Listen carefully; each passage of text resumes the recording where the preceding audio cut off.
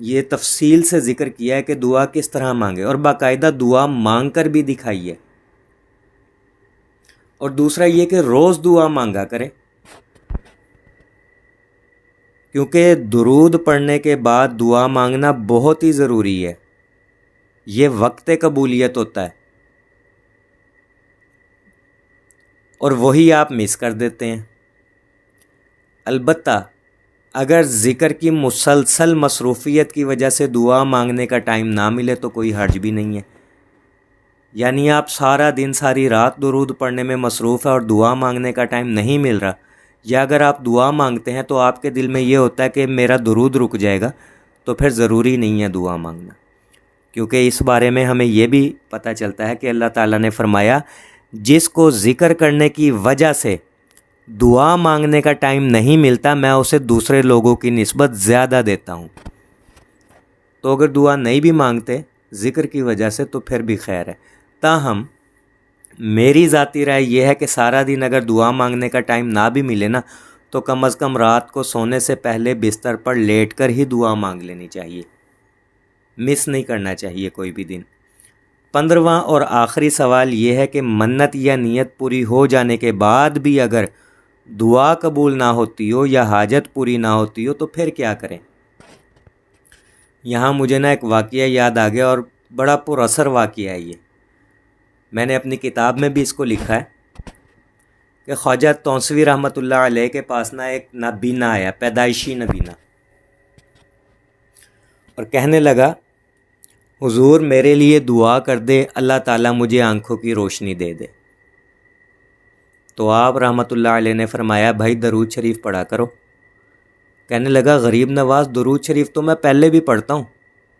تو نہ جلال میں آ گئے اور کہنے لگے کہ درود شریف ایسی چیز نہیں ہے کہ تو پڑھے اور تیری دعا قبول نہ ہو، لہٰذا جا اور جا کے درود شریف پڑھ۔ اس نابینا کو بات سمجھ آ گئی اور اس نے درود شریف پڑھنا شروع کر دیا، اور اتنا پڑھا اتنا پڑھا اتنا پڑھا، یہاں تک کہ جب 9 لاکھ پر پہنچا نا اللہ تعالیٰ نے اس کو آنکھوں کی روشنی دے دی۔ پیدائشی نابینا کا کوئی علاج نہیں ہے، لیکن درود شریف لا علاج کو علاج والا بنا دیتا ہے۔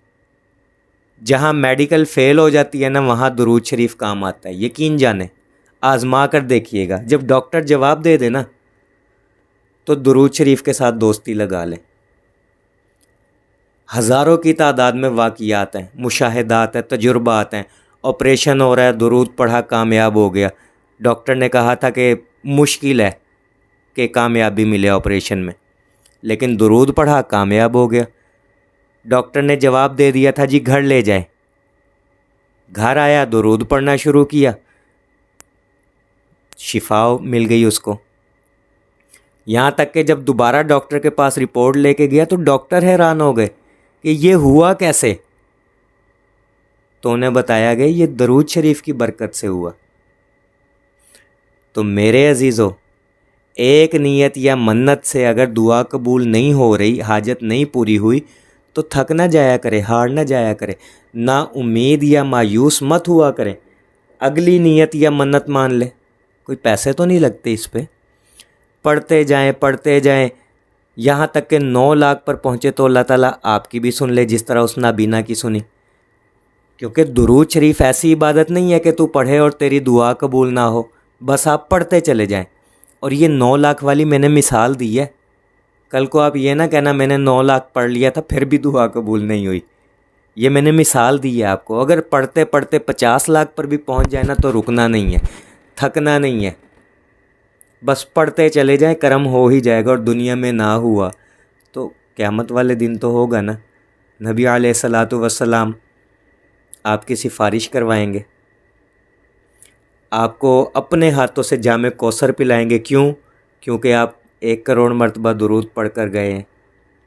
علامہ اقبال نے 1.25 کروڑ مرتبہ درود پڑھا، بعض روایتوں میں 1 کروڑ بھی آتا ہے۔ ان کو علامہ کا خطاب مل گیا اور رہتی دنیا تک ان کا نام روشن ہو گیا۔ تو کیا آپ کا مسئلہ نہیں حل ہو سکتا؟ تو میرے عزیزو بس پڑھتے چلے جائیں، امید ہے 1.25 یا 1.25 کی نیت یا منت سے متعلق آپ کے تمام شکوک و شبہات دور ہو گئے ہوں گے۔ ویڈیوز تھوڑی طویل ضرور ہوئی، میں نے 4 ویڈیوز میں ان سوالوں کو تقسیم کیا۔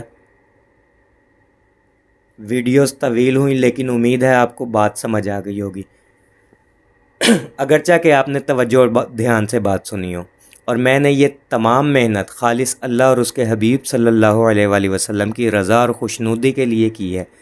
اس میں کوئی دنیاوی غرض شامل نہیں ہے، بلکہ میرا تھوڑا گلا بھی آج خراب ہے، لیکن پھر بھی میں نے اپنی بات کو مکمل کیا۔ تو آپ نے میرے لیے بھی دعا کرنی ہے، سب کے لیے بلکہ دعا کرنی ہے۔ آپ بھی اللہ اور اس کے حبیب صلی اللہ علیہ وآلہ وسلم کی رضا اور خوشنودی حاصل کرنے کے لیے ان باتوں پر عمل کریں اور درود پڑھتے چلے جائیں۔ اپنے لیے بھی دعا کریں، میرے لیے بھی دعا کریں، اور دوسروں کے لیے بھی دعا کریں۔ تاہم اگر کسی کو میری ان باتوں سے اختلاف ہو تو ویڈیو اسکپ کر کے اگنور کر سکتا ہے۔ یہ صرف معلومات ہیں، عمل کرنا یا نہ کرنا آپ کے اختیار میں ہے۔ دعا گو ہوں کہ اللہ پاک ہم سب کو کثرت سے درود شریف پڑھنے، پڑھوانے، لکھنے، لکھوانے اور اس کی اشاعت و تبلیغ کرنے والا بنائے۔ صلی اللہ علی محمد، صلی اللہ علی محمد، صلی اللہ علی محمد۔ السلام علیکم۔